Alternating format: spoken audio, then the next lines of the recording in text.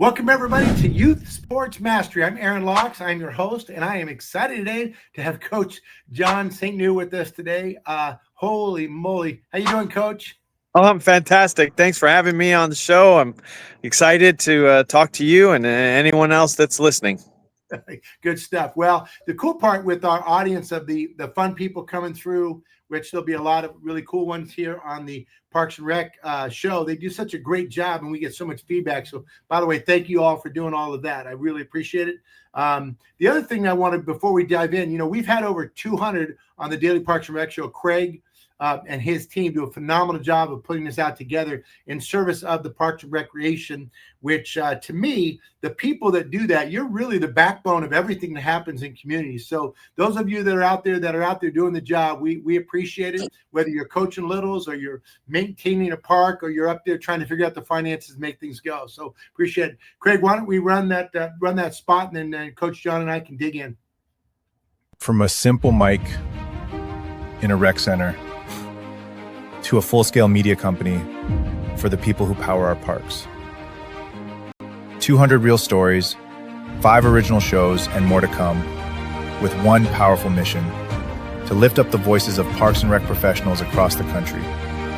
From maintenance crews and young interns and youths who love sports, to directors and public servants making a difference. We've built a platform that honors the unsung heroes behind every clean trail, every weekend tournament, every safe, welcoming park. This milestone isn't just about the content, it's about the people, the passion, the purpose. To every guest, listener, and supporter, thank you. The next chapter starts today. This is DPRS Media Co.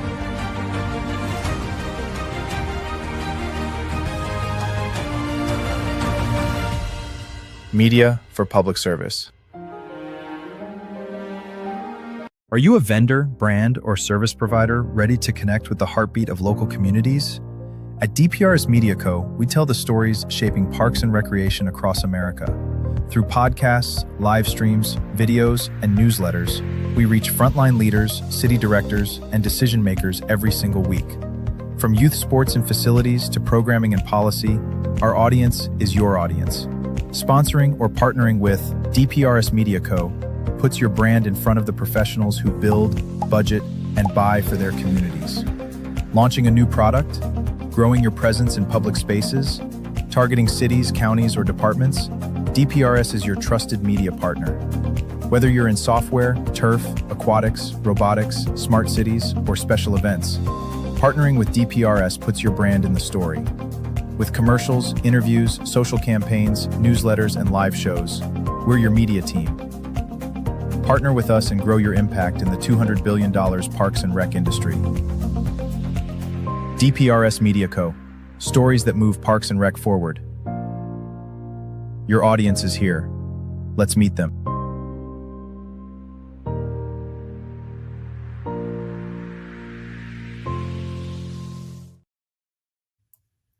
I don't know about you, Coach, but it's starting to feel big time around here, right? Like what the heck? That was amazing. A lot of really good stuff, man. This Daily Parks and Rec show has been incredible. I'm looking forward to being down in Orlando, Florida in September with the group and digging in. But, I was thinking in prep for this as I was driving in this morning, thinking about, I think it was 1986 or 87. And I was trying to remember. I know that we did Coach Wooden's camp and Pat Riley, their camps, maybe Magic's camps, working back with Sports World back in the day. But yeah. So 40 plus years, man, must mean we started really young, right? We started in our 20s, man. This was a long time ago. The invention of internet wasn't around, so we couldn't have done this back then. No kidding. Well, we used to actually just talk, which is actually what we did all the time anyways, coaching them up and doing it. Would you do me a favor, just because I'm fired up, but would you give me, I tried to pull up your resume, and literally after the 11th page, I said, okay, look, man, Coach, tell them what it's about, man. Let them know why I'm so fired up about having you on. What we're going to talk about. I'm fortunate, when I was a college player, I led the country in scoring. That opened up a window of opportunity for me to continue to play the game. So I ended up being a professional athlete overseas. I got to Barcelona, Spain at first, and ended up in Mexico, and then decided that after my playing career that what am I going to do next? And logically, I entered into the field of coaching basketball. But as I was scared, because talking to Coach Wooden, you never know if what knowledge you have you can transfer to somebody else. And so I was worried about that, but I was encouraged to do it, and I did, and I loved it. And so I became a high school coach, and stayed here in the Southern California in San Diego, then moved to Arizona. And then one day I get a call to go to the Pac-10 conference at Oregon State University. And I jump at that opportunity, and it led me down the next career path, which was after that was to be a professional head coach. And so I've done that, and it has taken me to speak and coach and professionally in 9 different countries. So Wow.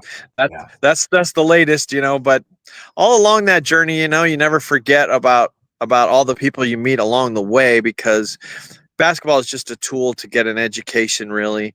And the people you meet along that journey are really what formulate your relationships. It formulates how you feel. And if you can make friends around the world, that's what I try to do. Yeah, amen to that. It's funny. Those may not know much about Superstar Invitational basketball, but being the owner and I started out as a counselor, and then a coach, and then director, and then the whole deal, right? Going through the process. But you're right. The journey itself and what we did down there was pretty cool. Different times, from Santa Barbara to San Diego, Long Beach, the whole deal. But to this day, it's the people. Like, I haven't talked to you in a while, and all of a sudden it's like I'm back right there right now. You know what I mean? It's like, let's go, let's do this.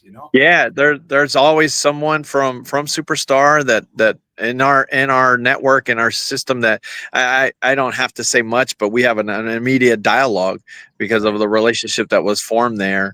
And that's what basketball camp experience really is.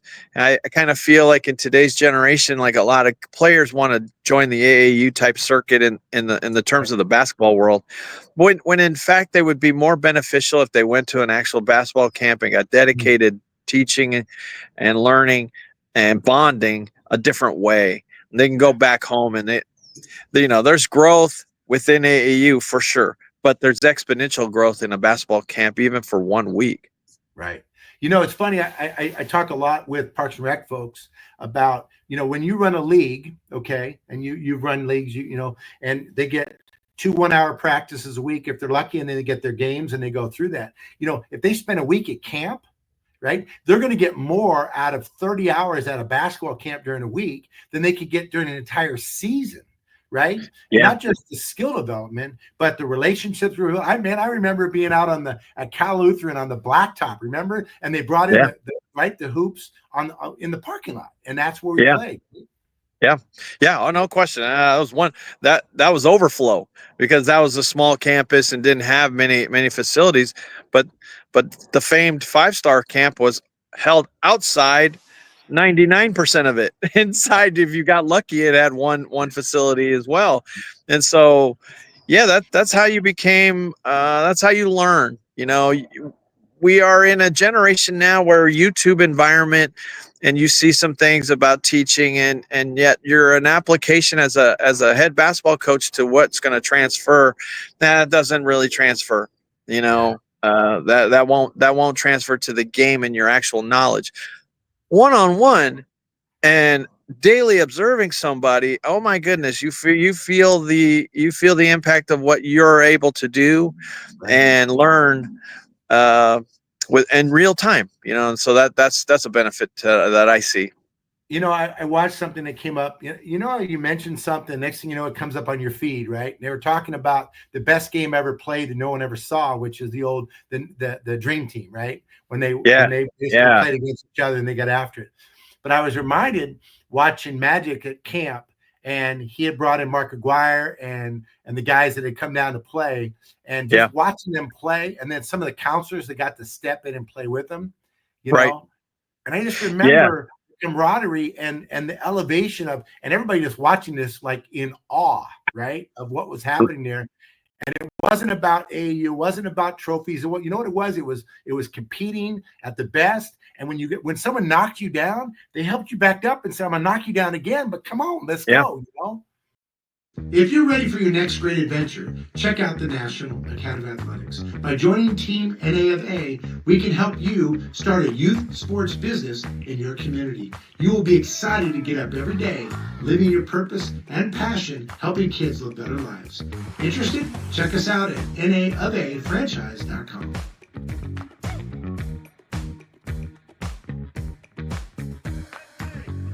Yeah. Yeah, I was fortunate enough to work with Michael Jordan, and I got that unique opportunity to be a free agent, and I went to the Chicago Bulls training camp, and I got released, but I had that chance to be there. And when I got a chance to work at his basketball camp, it was the same thing. It was the best players coming in, but he also invited the top college prospects as well as who he felt were the top 2 or 3 high school prodigies, and the eyes would just open up, because here he walks in and it's go time, and it's not just for a couple hours, it's 3-4 hours worth. Yeah, I remember the late night games at Santa Barbara were some pretty fun games down there. You stay there and you're infatuated with you're sitting courtside. So that's remarkable. Plus, you get to see the size of an athlete, So it's a big difference for the users who don't know. Especially, I went down and got to watch Utah football, and I went down, and my buddy Lyman has season tickets and a good fan. He brought us down. I got there and I started looking. I went, holy moly, these are big human beings. You know what I mean? No way, man. I mean, and just to be a part. I mean, I don't know if you recall when we were at Coach Wooden's in Cal Lutheran, Dallas Cowboys training camp used to be held there. Yeah, and those guys had their own separate area to eat, but we all ate in the same common area, and they wouldn't talk. They were angry. You could see it. It's hot. They're all day long. That was phenomenal to watch. One day, because I used to pick Coach up and drive him to camp, and we took our walk, and we're taking our walk because he was diligent about it. And we walked up, and I saw Coach Landry. Right. Yeah. And this is Coach Wooden and Coach Landry, right? Dallas. Yeah. Holy moly. And they walk up and it's like, hey, Tom, hey, John, how you doing? Like, whoa, Yeah. You sat just in awe watching that connection. But again, it's interesting because as you look at this and you recognize what's going on with just immense talent that they had and the work they did. But what I thought was cool is how it translated down. Now in your career path, starting as a player, and obviously you played at a high level to be able to do that. But I'm really interested in the athletic development side. What I think about you is, look, you're a good technician of the game, but really you're a good teacher of the game, right? So can you talk a little bit, we've got some people out there that are in the Parks and Rec space that'll be checking this out, how important it is that the kids that you taught or the ones that they're going to teach get the basics, the fundamentals, how important that is, and talk about your philosophy around that a little bit. Well, if you ask anyone else, what's their foundation of success in whatever endeavor in life they've had, it's always about that base. It's recalling where that foundation was built, and it's the mother of all skill is repetition. You can't go away from it. Even the greatest of the sport, like Michael Jordan, would do the exact same stuff every single day. And it's the muscle memory reflex. That's what allowed me to thrive. Now, as a coach and an instructor, there is an incredible amount of information out there, incredible. But it's not about that. It's about what can you teach, and what is it applying to that particular person that you're teaching, and what it's going to do for them in their career path. Right.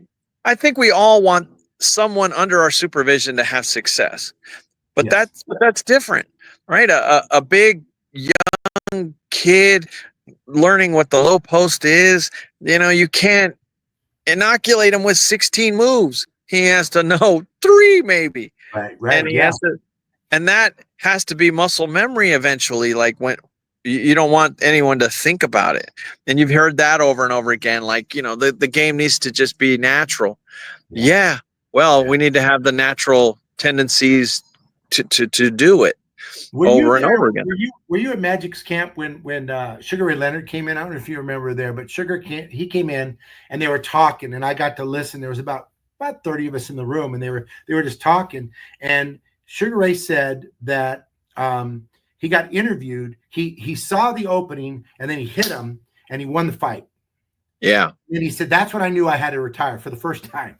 And they're like, well, why would you retire then? He goes, you see, I saw the opening and then I hit him. In the old days, my fist would have already been there. Yeah. That's what you're talking about, right? Is the teaching is so much that it's an innate, it's just naturally, you feel on the hip, you're gone. Because if you have to think the process through, then you're too late. You miss the opportunity, right? Yeah, you're too late. And that muscle memory reflex is just a reinforced tendency over and over again, and you feel good about it. There's many people that talk about, let's say Luka, how he comes off of a screen and scores at will. Well, why change it? I mean, the guy knows what he's doing. He does it over and over and over again. He'll get 70 points on you. Yeah. Well, why change it? Yeah. That's an instinctual move. And you can tell when a player does in the game of basketball, but pretty much any profession, when they do decide to try something that they aren't sure about, it looks awkward. Yeah. And it's not the moment to do it because it's not second nature. It's not a reflex nature. Just like Sugar Ray said, if you are in a fight and somebody throws something at you and you don't block it, you got hit.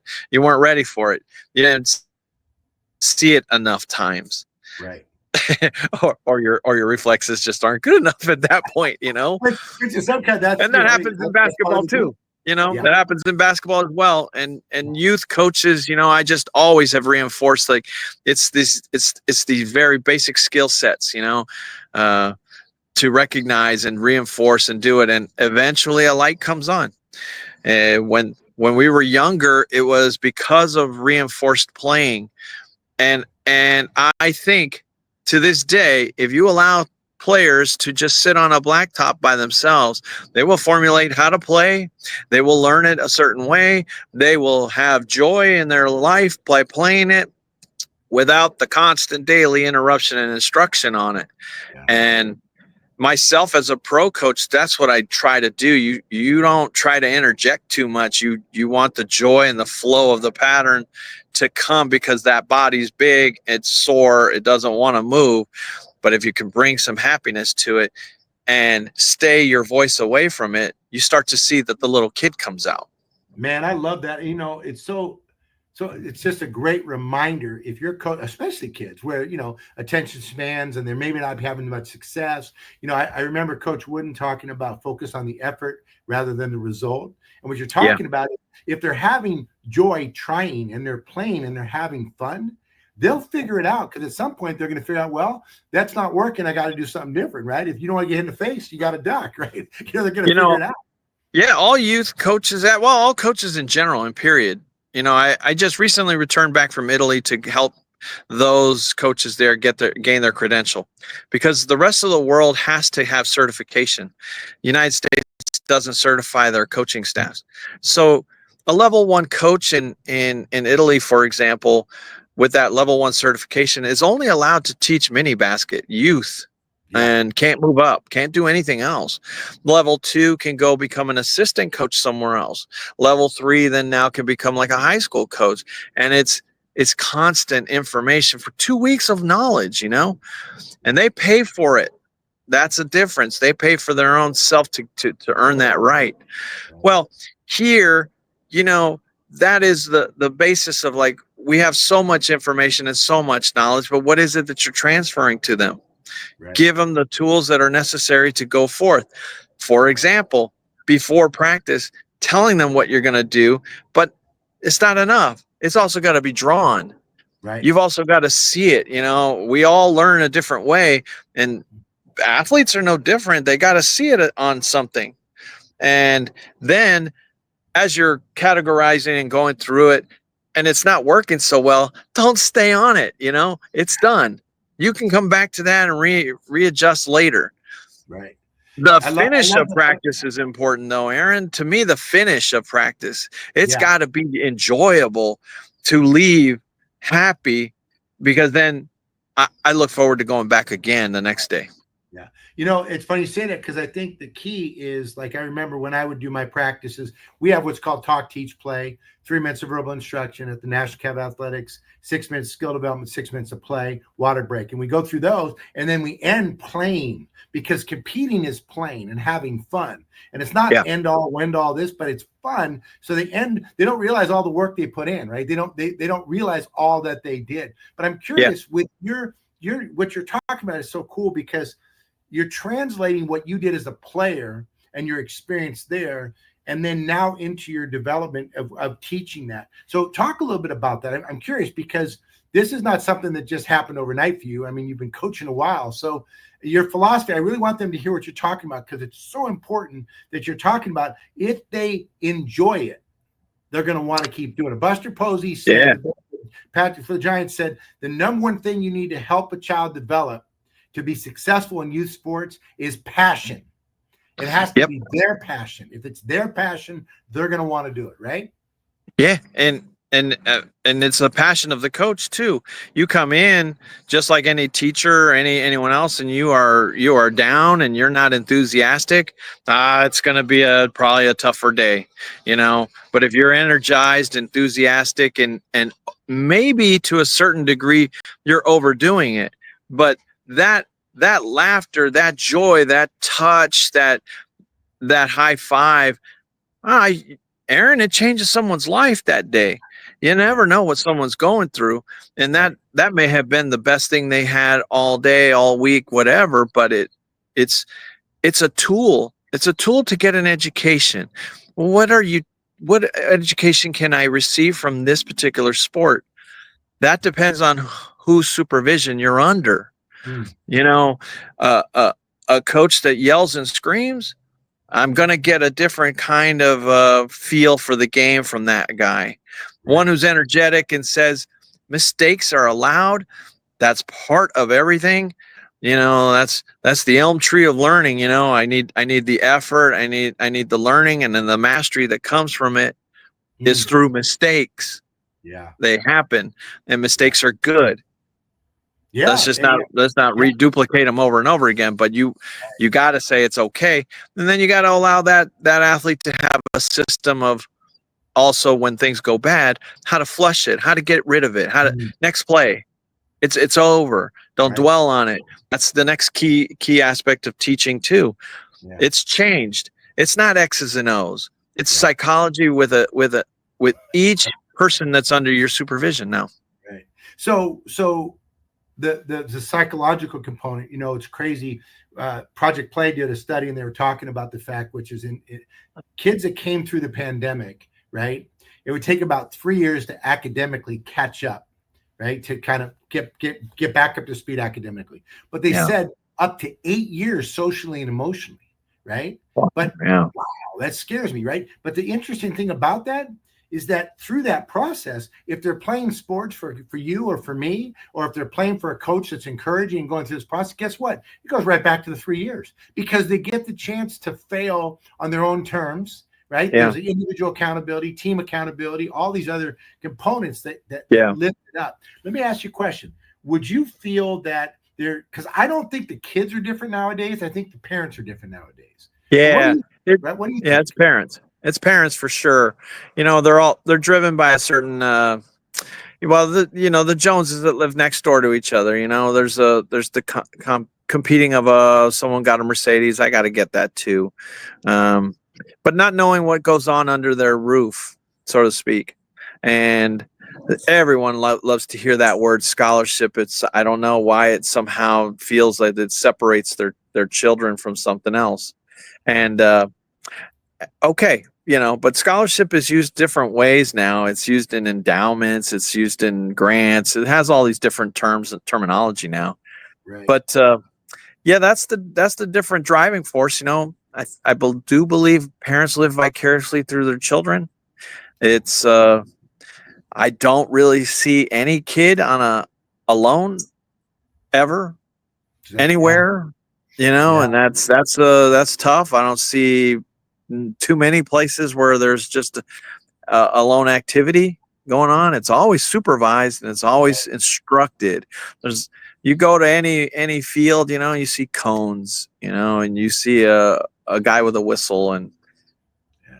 the fun's gone, a little bit. Yeah, you definitely got to find a way to bring that back, because I think what happens is youth sports that I'm seeing tend to be overcoached and undertaught. You know what I mean? It's like you Yeah. teach the fundamentals, get out of the way. But I love what you're talking about, because the most fun I had, and the reason why I fell in love with playing sports, was my buddies down at the playground, right on the blacktop. Yeah. That's where we had fun.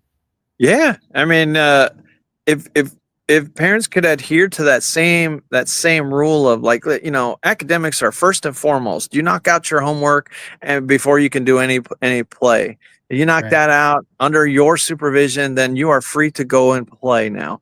Go play. Now that's reinforcing something else. Now that's activity, that's fun, that's learning, that's not being yelled at. That may come later in when people pay to watch you play. The criticism now comes, but boy, not at a young age. I mean, how could you ever tell what's going to happen? A prime example of that is Derek White with the Boston Celtics. I mean, there's a guy who barely got anything. He got a D2 walk on, Right. And barely got that, and then it kept advancing. And then goes to a D1 school, and they're telling him he has no chance at all. It's 1 year, and he thrives. Now he goes to the NBA, and he has to go back to the basics again, back to the G League, then traded. But my goodness, he just signed a $125 million extension from literally no offer, zero, none, to nobody. Nobody knew who he was. Right. The NIL has changed the game a lot. And it's so interesting because, again, it's the perception of rather than the reality of, because if you look at a roster of kids, whether it's high school, college, whatever, very few are really getting some piece of the pie. And the reality is, I talked to a lot of the people that talk about the scholarship. It's all changed, right? The whole college atmosphere, the whole landscape, it's changing. It's also sad because we're losing a lot of great coaches, because how do you build a team camaraderie when they can just jump in the portal? They don't like this, they just jump in the portal and they're gone. It's insane, right? Yeah, it's a 1 year commitment. There's some positive and negative. I can see both ways. An athlete can change their trajectory. I don't like it from the fact that there's no chance a kid's going to graduate if he's transferred 4 times. That is not going to happen. But the whole name, image, and likeness, by its true definition, I'm all right with it. If some company wants to pay some athlete that they value to put up somehow some money. But that's not what it is now. This is pay for play, and that's different. That's now professional athlete. That's professional sports now, and it is that very, very part that how holds back these coaches that see them come into their office and say, I want more, and you just. Well, they need to negotiate contracts then it needs to be done this way now, because it is an employee status. And it's also crazy because it's not just a college level, but we're seeing it in the high school level too, right? Oh, yeah. It's been at the high school level. I can name a kid that was down in San Diego, that was making millions, and I don't see what was the point of him in school? I mean, there was no administrator was even close to what he was doing. Wow. And because of that, he ended up being in trouble. It was tough, Yeah, that's a tough piece of the puzzle. As we're going to come up on the break in a second here, but when we come back, I really want to dig in a little more in depth. I want to talk about a philosophy flow to question, let you kind of marinate on a little bit, but the 10,000 hour thing came in about how important it was for kids or anybody to master anything. You need 10,000 hours, and the concept makes sense, right? But when we come back, I want to be able to talk a little bit more about, like Coach Wooden used to say, practice doesn't make perfect. Perfect practice does. So what I want us to be able to come back, especially if you're in the Parks and Rec space, is to be able to talk a little bit more about the understanding of the joy, like you mentioned. How does it fit together with the practice, the hard work, the dedication, right? The fundamentals, the basics. And then wait a second, we also want them to play for the love of the game and have tons of fun. And what I really think will be a really interesting, hope you guys come back and join us, is to dig a little bit more on that balance as a coach, especially as a recreation coach out there, because it's so needed, especially for these little kids, to find your balance between the difference between when you're going to hold them accountable, when you're going to talk about the focus and the fundamentals, and then we talk the other side and how to find that balance. So, Craig, if it's okay, why don't you guys run that spot, and then when we come back out of this, we'll dig in and talk about balance between the joy, love of the game, and the fundamentals. Sounds great. Behind every thriving park, every safe playground, every event-ready field, there's a team working before sunrise and long after sunset. This is Facility Maintenance, the only show created for and by the unsung heroes of Parks and Recreation. Brought to you by DPRS Media Co., where real work gets real recognition. From restrooms to rec centers, HVAC to turf tech, we go beyond the job site into the heart of operations that keep our communities moving. Our mission? To elevate maintenance teams through stories, solutions, and shared experience. Our vision? A world where every facility crew is seen, valued, and fully supported. Each episode features operators, innovators, and leaders, sharing tools, tech, and tactics that make the impossible look easy. Facility maintenance isn't just a job. It's purpose, it's passion, and now it's a show. Facility Maintenance, where tools meet purpose, where work becomes legacy. At DPRS Media Co., we don't just create content, we elevate community through storytelling. Now, we're proud to introduce the newest addition to the family. Welcome to Youth Sports Mastery, the podcast where champions are shaped, not just on the field, but in life. Hosted by National Academy of Athletics founder Aaron Locks.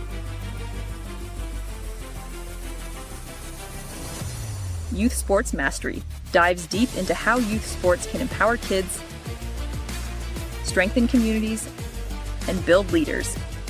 From coaching culture to recreation strategy, and from player development to parent impact, every episode brings game-ready insight from the people making it happen. Youth Sports Mastery goes live every Thursday at 1:30 p.m. Eastern Standard Time. Only on the Daily Parks and Rec Show, sponsored by National Academy of Athletics and powered by DPRS Media Co. This is where purpose meets play.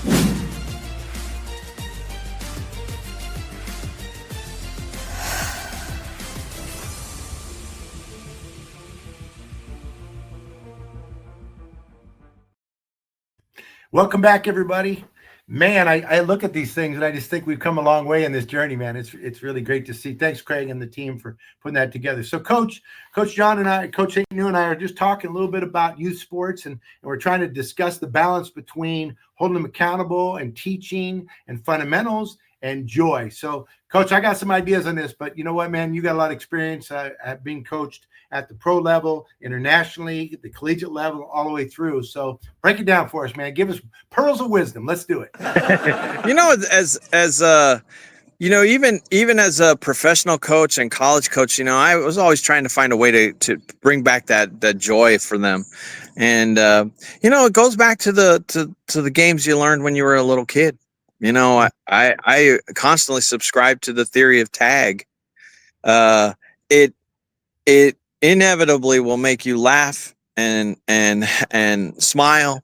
And if you incorporate basketball into it, boy, you get a lot of teaching out of that. I mean, the avoidance of contact, and that's what you're starting to teach now. You're starting to teach footwork, change of pace, you name it. There's a lot of characteristics come from that without them even knowing, because they were just having a game that they played when they were a little kid. Yeah.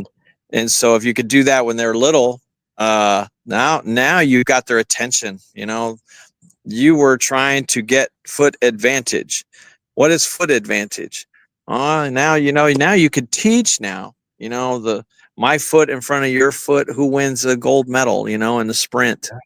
The guy whose foot was in front. All right. Now in basketball, it's the same rule. My foot in front of the defenders, I have an advantage. I win. Contact What do you like having to fight like this? If you did, you were tagged all the time. How did you get away? You separated. How did you separate? They didn't even know how they separated, but I'm sure all of them used one foot somewhere and catapulted away.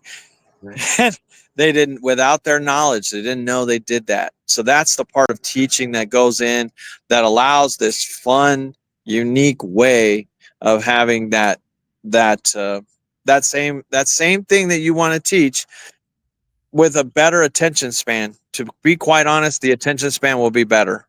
Yeah. You know, we use word pictures a lot. You know, when you're talking about like changing speed, right?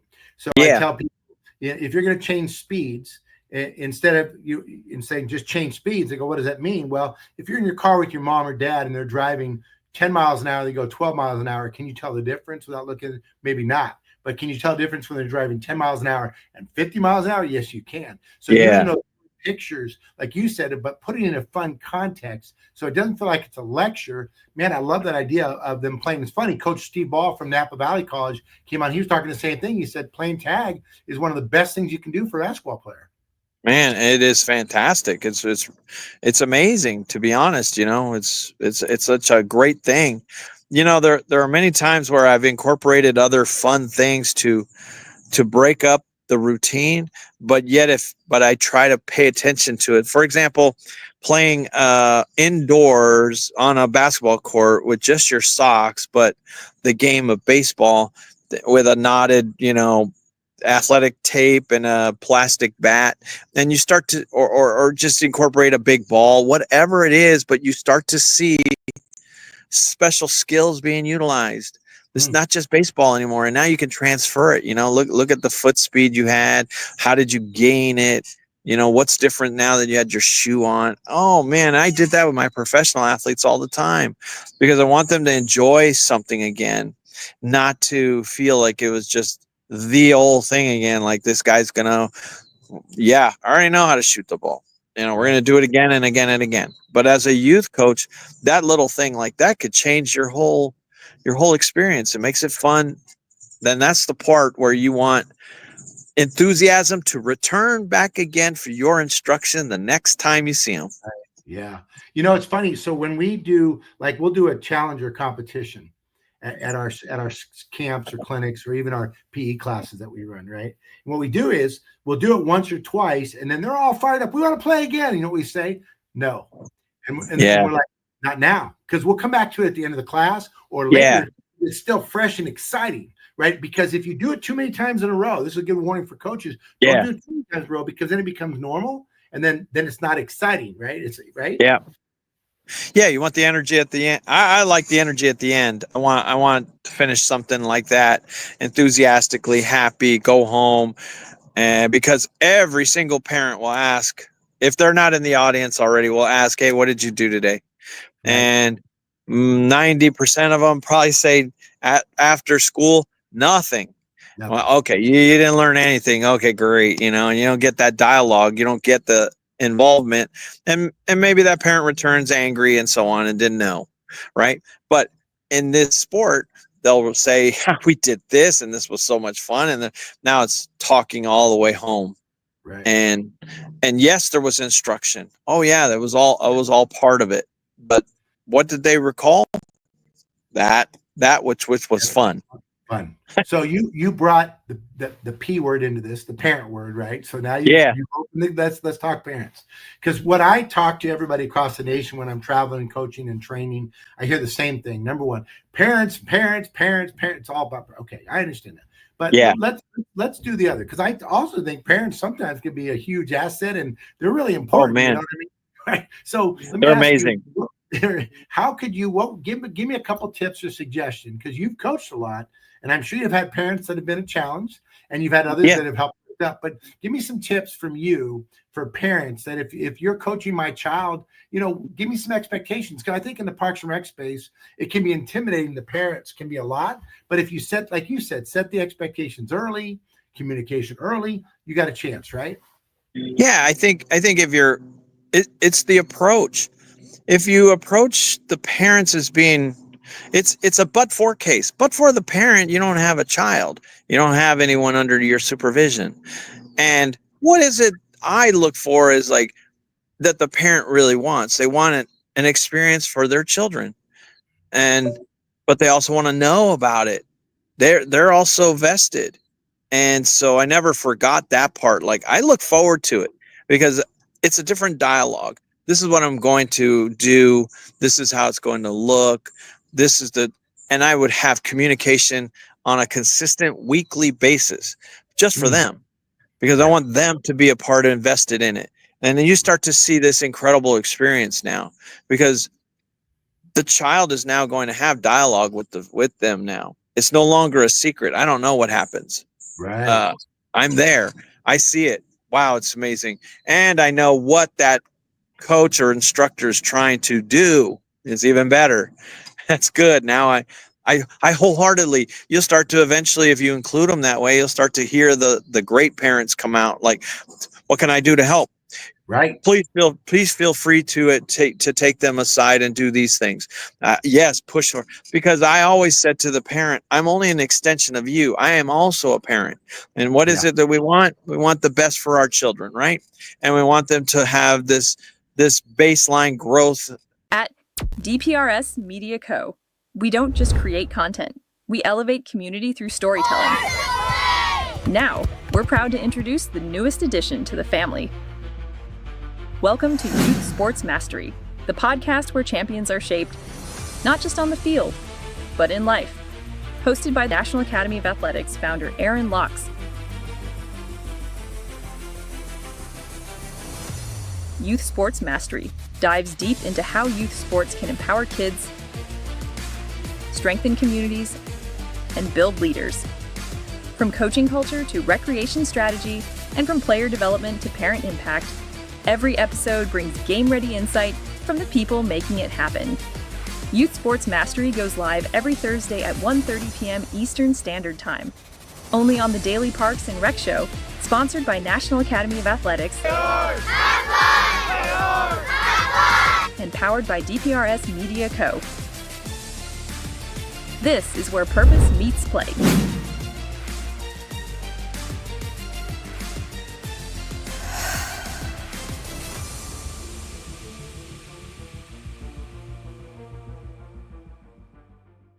In a foundational growth, and here it is, and I'm presenting it to you as it relates to this sport. But is it applicable? You bet, in all our areas of their life.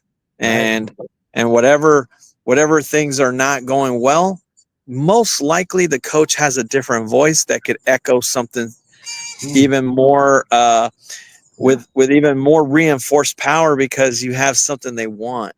How many times have you said something to your kid and then they go to a coach that says something, comes back and they said the same thing? You go, I've told you that a million times. And they said, well, but coach said it. All right, right? Yeah, and I'm a coach, and I would hear my own son say the same thing. I'd be like, I'll be dang, man. I was like, well, all right, that's right, and I would go back to that various instructor and say, man, that's all I could ever ask for. Right. You're doing the same thing I would do, and you're reinforcing it, and you use however you need to get the point across. It's great, because so allow them to be like-minded is such a cool piece. I want to pull on a thread. So we helped manage some leagues, at the National Academy of Athletics. We help run leagues. Some of them, like there's 2,400 kids in basketball all over the place. It's not club, it's not league travel. It's all a local, rec. We do some Little League baseball stuff. We started something with a Little League that wanted to try it. And so we gave the coaches their practice plans, like remember coaches written out practice plan, and then they can fill in what they want, but that was the format. And what their job is when the parents dropped the kids off, their assistant coach took kids out and warmed them up. And the coach stood there and said to the parents, hey, if you want to learn, this is what we're going to do today. We're going to start off with this. We're going to do this and then this and this. Anybody got any questions? Great. I'll see you in an hour and a half. Don't be late to pick them up. Here we go. Yep. And we had zero problems. Yeah. The entire season. I don't know why everybody doesn't do that, right? Yeah, I'm not sure in that rec space like that. That's wonderful. Even in the as you go up to the high school space, there's less there's less connection between a parent and their child at that point. And so the invitation to come in is great. The invitation to be a part of something is great. It might be the last time they have that dialogue with their son or daughter in that capacity. And so it's wonderful. And you do the same. You say, here's the practice plan. You're more than welcome. Here, sit down and watch this. And it takes away all that stuff. Now, the coach that is berates children and things like that, that's an issue, right? That has to be addressed, because no one wants that. They just want the constant reinforcement of things. But that's a great tool. There's no question about it, especially somebody who's starting out. You've already provided them the foundation, and take the guessing game out. So you talk about coaches. So let's talk rec coaches. What do you think? Is there a couple attributes? I remember Coach Wooden used to say that empathy was one of the attributes he wanted in his coaches. And you think about that, it's like empathy, like really, and you don't understand that till you're a little older. And you go, yeah, makes a lot of sense. Give me some attributes that you think if now look, I understand if you're a Parks and Rec supervisor, coordinator, and you got to take the parent volunteers, and that's what you get. I get it. And hopefully you're doing some level of training. But what are some of the attributes that you would like to see from coaches that can make them better or quality coaches for kids? That's a great question, Aaron. And I think over my 30 years of being a head coach, that number one will always be that they formed a relationship with those that were under their supervision. You'll never go back later in life and say, boy, I wish I had run this system better. It will always be about, like, could I have, what relationship did I build? You will gain so much more from your experience coaching. That to me is what it's all about, is the relationship, whether that's even professional all the way down to the very first kid who comes to you. They're petrified. They don't know anything. Right. And you're just asking them, because that it goes in line with what Coach Wooden is saying, empathy.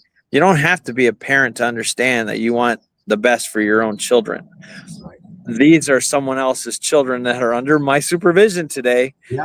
How can I make their experience great?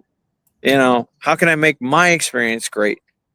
I can teach something, yeah, but I want to know who they are, what happened to you today, something goofy, something silly, a nickname. I mean, it comes like that. That relationship is great from that point forward. Love it. So I know you and I talk a lot, and I see some of the stuff that you're writing. I love it. Talk about the life skills, right? I'm big on that. I don't think there's any better life skill teaching tool than youth sports, right? Some you learn not to do, some you learn to do, right? It's a big piece. But I'm curious, just talk a little bit about that because look, these kids are going to learn athletic performance, right? That's part of what the journey is for them, right? And part of it is they learn the skills. But to me, the ones that are going to make them even more successful off the field of competition, right? Talk a little bit about that. It's that thing, like, did I learn how to give effort? Did I learn how to learn? What is learning? I mean, we take it for granted that someone's going to learn from something. Sometimes you have to point it out that this is what they're learning. This is what you gained from today. That's a recap maybe from the end of the day. Here's what we did. That is learning. And then the mistakes are good. They're good. They happen to everyone. As a matter of fact, go home and talk to your mom and dad and ask them what was their biggest failure. Yeah, everyone's got them. And now the dialogue begins, because it does happen. Failure is something that is good. You learn from it and come back. So I liken that to the acronym of ELM, and I use like an elm tree, because the seed is so small, and that's the seed you're planting right there that you're just talking about. It's small, but an elm tree grows to be tremendous if it learns. Hey, I can give effort. I'm learning every single minute of every single day, everything I got, and I'm going to make mistakes, and they're okay. In the challenging times that we live in, whether it's everybody, sometimes things are great and sometimes they're not. The word resiliency, to me, the ability to get back up. It's funny. I did a clinic. I'm sure you'd enjoy it. I asked the parents. It was a soccer clinic down in Santa Clara and California. And I said, how many of you are excited for your kid to fail this season? And they looked at me like I was nuts. And I said, that's what this is about, right? You know what I mean? Like they embrace the suck, right? That's what we want you to do, because if you don't judge them for the failures and instead you embrace it with them, they're going to embrace it. They're going to be able to quickly move through that and even develop further, right? Yeah, what are they going to have? They're going to have failures more than they're going to have success, you know? All these people talk about just win. It doesn't happen that way. There's going to be one person, one team that won it all. Yeah. But you have to know how to lose graciously, how to accept the sportsmanship that goes along with that. And maybe that's something that's not being taught at home. I don't know. But that's something that's under your supervision at that particular day that you certainly are doing. Right. Temperament, what is extreme, what's not extreme. Even in the athletic world, let's say soccer, and somebody just slides because they saw someone slide someone out, and that doesn't apply here, kind of thing. Yeah. Let's how do we temper this? Yeah. That's that part of I'm saying about learning. It's all day, it's every day, but there's no coach that I've ever talked to that has not regretted the fact that they didn't know their athlete more, that they didn't get to know them better when they had them. If you think about it, I mean, it's such a simple concept. If you get to know everybody in life, I mean, I walk around and say hi to everybody. If you're that person, you build relationships. It's really hard to go wrong. And also we realize some relationships are very short, and some like ours lasted 45, 46 years. And that's part of the journey. So how can we encourage or help parks and recreations, right? So if you're a parks and recreation leader, to develop some camaraderie within the parents. For me, I love to have the meeting, not just the coaches training. This is how you do this, which is very important, right? And you got to do the background checks. You got to do that. But bringing them together and talking about philosophy, right? Yeah. They need to bring you in. They need to bring me in and talk about philosophy, right? Because we're focused more on the effort rather than the win. And like Magic said, remember his camp, he said, what's our goal? Win kids, baby, with that big magic smile, right? Yeah. I totally agree. That's why I embrace parents. I like having them around. I want to see them there, because if they're happy and things are going well, the kid's going to take care of itself. And it's going to cycle a whole thing. But I liken it the fact that, hey, they're living vicariously through their children. Which parent is not? Yeah. Let's be honest. Which one is not? You have children. I do too. And when they even go away to college, you living vicariously, wonder what that's like. Oh my goodness, I remember this and that, and you always are wondering. And when they're young, you want the best experience for them, and that comes from you learning too. So I would definitely do that. I would definitely have a 1 week philosophy dialogue. Let's have some conversation. Here's what happened. Challenges. Let's see what you guys can share as well. You get such involvement that it's called an organic growth, because you built it. You built it from them by not being afraid of them. Right. Parents, let's be honest, are afraid too, because they have had those coaching experiences where they're not wanted. Right. And the door is closed. And why can't I be there? Why can't I see?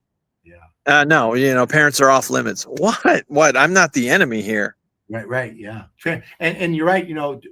Obviously sunlight is very therapeutic in terms of seeing what's going on. So there's more transparency, we'll call it that way. We're at the National Cab Athletics, when I do the parent orientations for leagues, I have a parent quiz, and on the front and the back is a child quiz.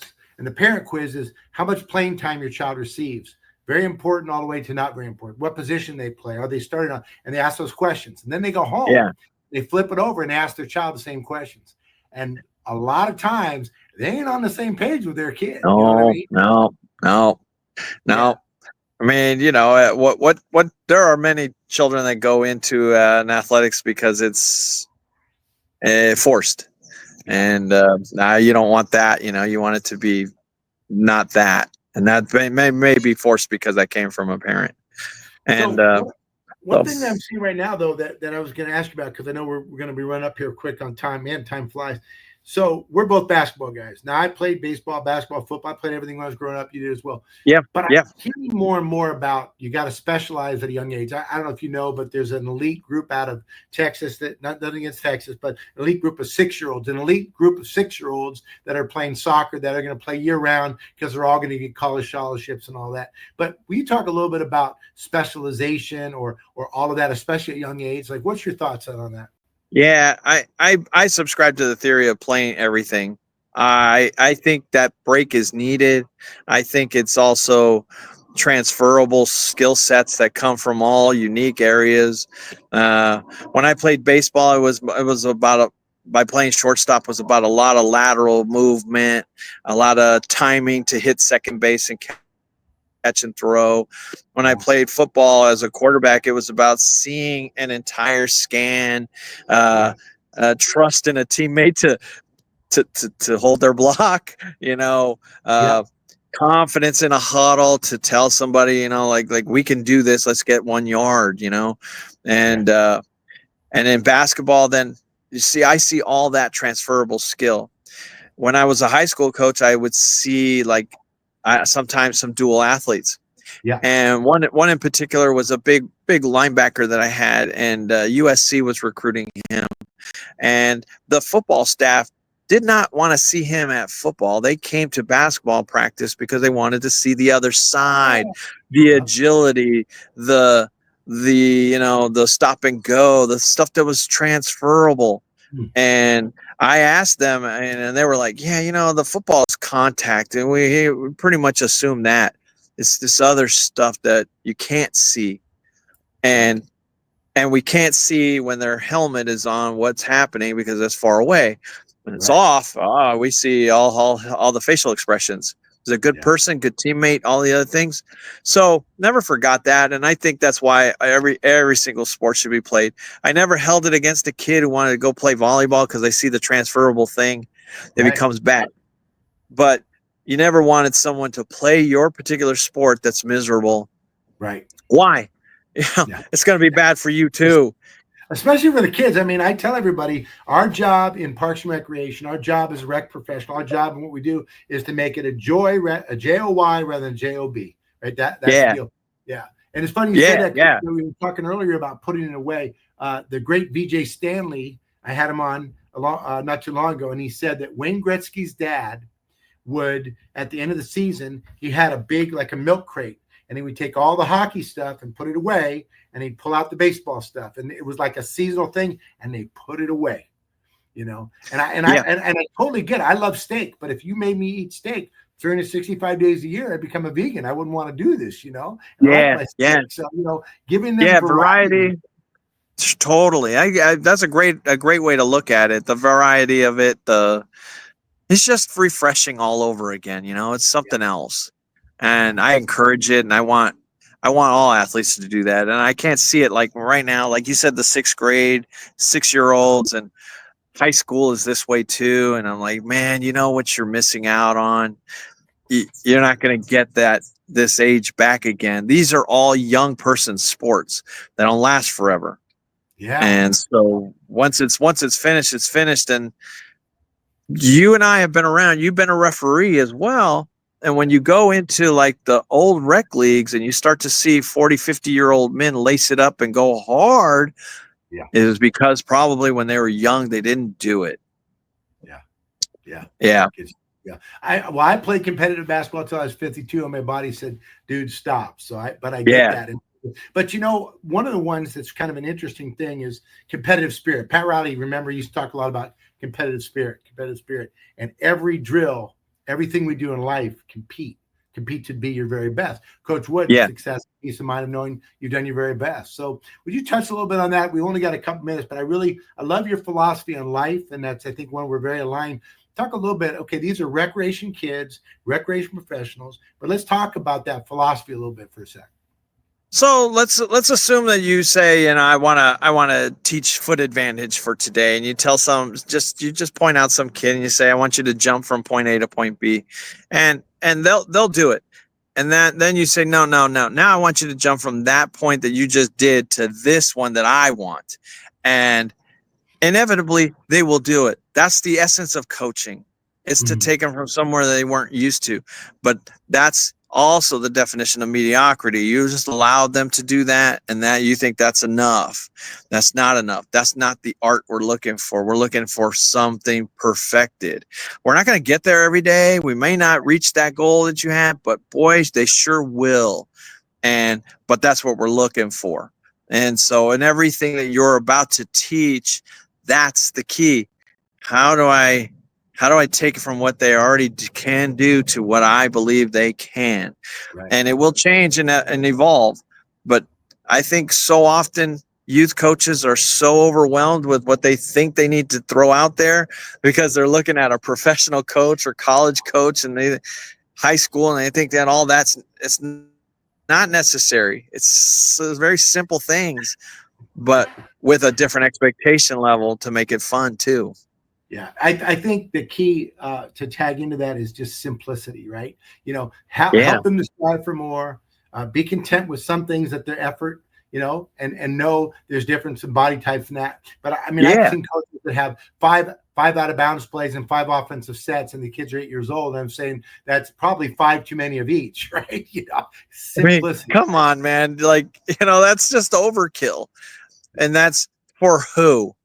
There's also the transactional coach who's concerned about the wins only and the wins and the losses, and they walk away pouting and mad because they may have learned that behavior.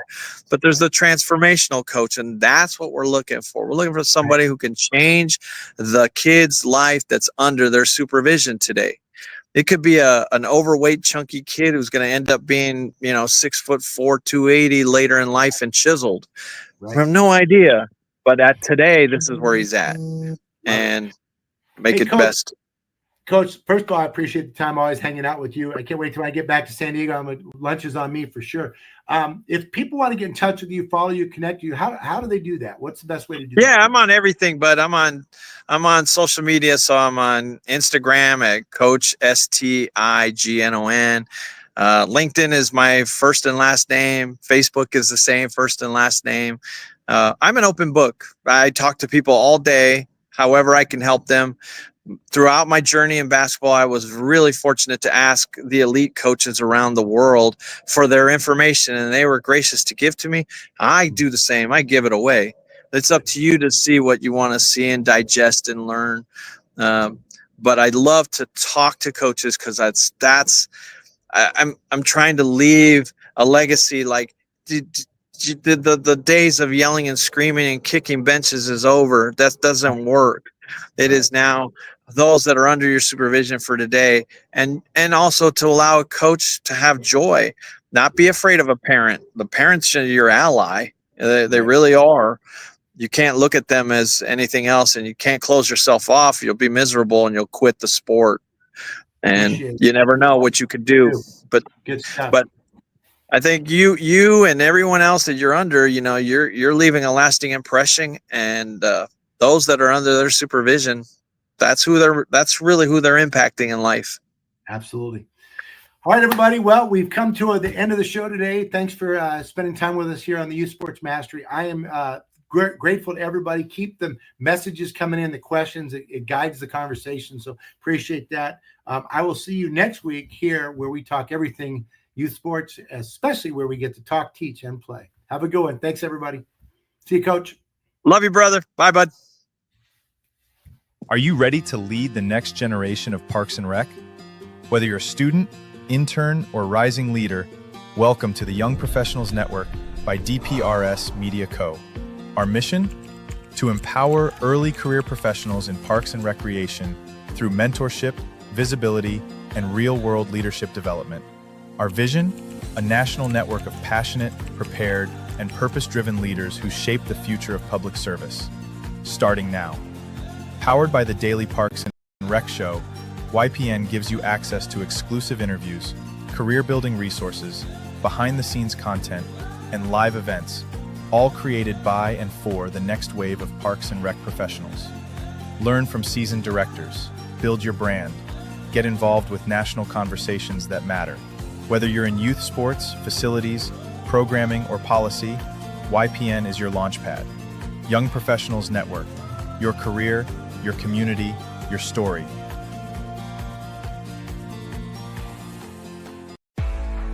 Welcome to DPRS Media Co., the first media company built for the people behind the Parks and Rec community.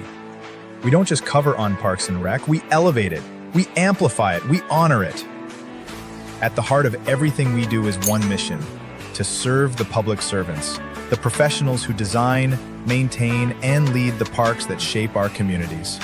Under the daily Parks and Rec show, we produce 6 powerful platforms. Leadership in Parks and Rec, a spotlight on directors, superintendents, and visionaries shaping the future of public spaces. Facility maintenance, where the boots hit the ground, a deep dive into the systems, crews, and craftsmanship that keep our parks clean, safe, and beautiful. Young Professionals Network, shining a light on the next generation of Parks and Rec. Students, interns, and mentors sharing how we build a legacy together. Youth Sports Mastery, sponsored by National Academy of Athletics. This series is for coaches, parents, and rec leaders working to make youth sports fun, fair, and meaningful again. The Rec Room, hosted by the passionate leaders of Henry County Parks and Rec. This show brings frontline energy and real-life stories from the field. And the weekly Parks and Rec Post, our official newsletter delivering stories, insights, and community wins every week. We are DPRS Media Co., LLC, a media company with a mission to uplift the professionals who serve every community, every park, every day. Are you a vendor, brand, or service provider ready to connect with the heartbeat of local communities? At DPRS Media Co., we tell the stories shaping parks and recreation across America. Through podcasts, live streams, videos, and newsletters, we reach frontline leaders, city directors, and decision makers every single week. From youth sports and facilities to programming and policy, our audience is your audience. Sponsoring or partnering with DPRS Media Co. puts your brand in front of the professionals who build, budget, and buy for their communities. Launching a new product, growing your presence in public spaces, targeting cities, counties, or departments, DPRS is your trusted media partner. Whether you're in software, turf, aquatics, robotics, smart cities, or special events, partnering with DPRS puts your brand in the story. With commercials, interviews, social campaigns, newsletters, and live shows, we're your media team. Partner with us and grow your impact in the $200 billion Parks and Rec industry. DPRS Media Co. Stories that move Parks and Rec forward. Your audience is here. Let's meet them.